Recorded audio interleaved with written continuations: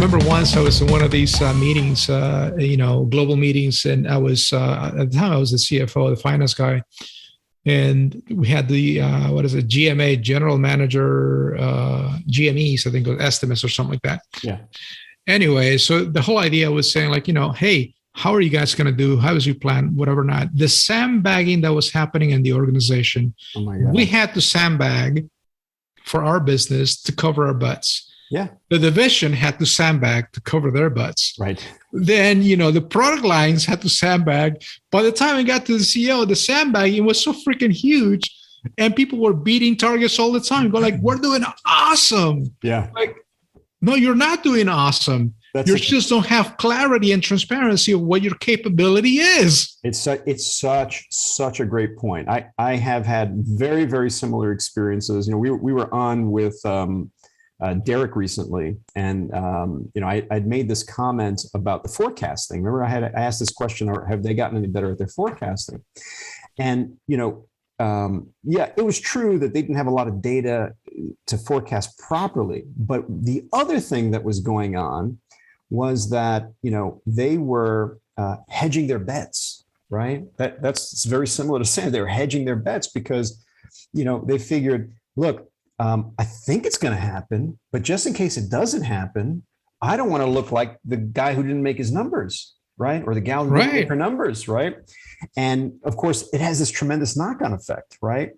So you have this low forecast, right? And especially for a public company, that forecast winds up affecting, what we say to the street about exactly what our performance is going to be like, yeah. Right? And then what happens? Well, you know what happens better than most, right? Well, we blow the number out, right? And then suddenly the analysts, they turn around and they go, wait a minute, you guys said that you were going to be here and you're over here. And a lot of people, it's counterintuitive. A lot of people think, oh, that's going to be fantastic. Stock market, Wall Street, the city, out in the UK, whatever, they're going to love our numbers, and and it's the exact opposite. They go, these guys can't really predict their business very well. So why should we trust them when they say they're going to be up? Why should we trust them when they say they're going to be down? And suddenly, it affects buy, sell, and hold. So to your point, I mean, there's something about human behavior when it is that we're being measured that I think has this tremendous effect ultimately in whether you can consider that you truly have a successful business or not. And if in fact, whether the measurement that you're using is an accurate measurement. I mean, don't you think? So no, I think, there's two things on that. Number one, I don't think human beings mind being measured, because you need to measure things to understand if they're improving or not, or the direction they're going. I think when we are evaluated as human beings on the measurements, mm-hmm. And especially when you have organizations that you don't have 100% control, and there's no clarity, and it's just one measurement that paints the whole organization, I think that's a challenge. Yeah. And that's when people start sandbagging and on their targets or capabilities and whatever not, because people don't trust the system. Right. Right. So it all depends on the kind of culture that you want to develop. And like we were saying earlier, the GE, Jack Welch era, he was viewed as one of those top leaders, CEOs for that particular time. But the reality is, from a culture perspective, it was a dog eat dog. And I'm not saying, hey, let's just hold hands and, sing kumbaya, hey, we're just good. There's got to be something you need to create value. Yeah. But I think it's been proven time and time again, the value creation is not necessarily only done with the stick. Right. There's a lot more ways in creativity. What does that mean, really? You put the privilege into middle managers, mm-hmm. right? Because middle managers need to understand how to manage people and how to manage teams. Yeah. And that communication channel needs to be there. Right. There's a lot of managers that have been rock stars, whatever they were doing. Now they're a manager. Yeah. But they don't know how to manage. Yeah. And the only way they know how to manage is like, okay, well, I'm going to have to review your performance at the end of the year. Oh, what are your numbers? You did great. You're awesome. Right. You're killing everybody else with your wake, but you're awesome. You did a good job. Your numbers were 80%. You suck. Right. Right. Never mind the fact that, people, feel more comfortable and a lot more things could be developed. It's just very like, wow, that's not good management. It's such a solid point, having managed one or two performance management systems over the course of my career. I have to agree, and I have agreed vociferously with leaders who, kind of didn't like performance management because they recognized that instead of it bringing them closer to their people, it made them farther, right? It brought everything down to a set of SMART objectives with an emphasis on quantitative measurement, and for those people and those departments, for example, whose work could be measured very, very clearly and with a degree of trust and so on and so forth, it was great. But for those departments or those organizations where it was harder, it felt arbitrary, right? And I remember having a really, really good conversation with someone who was making the argument that we should just do away with it, right? Because his view was that there were much better conversations when it was happening, in the moment, right? In other words, if I saw the performance that, was going to help us achieve our goals right in that moment, I could communicate with that team member about what I saw that was positive and that, should definitely be reinforced and should be, done some more. And the opposite was true as well. If I saw something that was going on, without there being this fear that, okay, it's being marked down and, I'm gonna have this big impact on what already is a very low merit increase, because, a lot of companies join pay and performance together, right? And so, many years down the line, I agree with that point of view. I agree that it can have the effect of bringing people farther apart as opposed to bringing them closer together, where you really want them to be in order to build team and through team build performance, right? So I don't know if that's what you're saying, but that's the gut reaction that I have to it. Now, in another conversation, you and I were talking a bit about what is happening in some SaaS companies, for example, how they look at it. What's the measure that you had mentioned that they use? OKRs, meaning objectives. Yeah. Tell the audience a little bit about that. I mean, how's that more beneficial or less beneficial? I would say it's a complement. Excuse me, a complementary way of measuring people, right?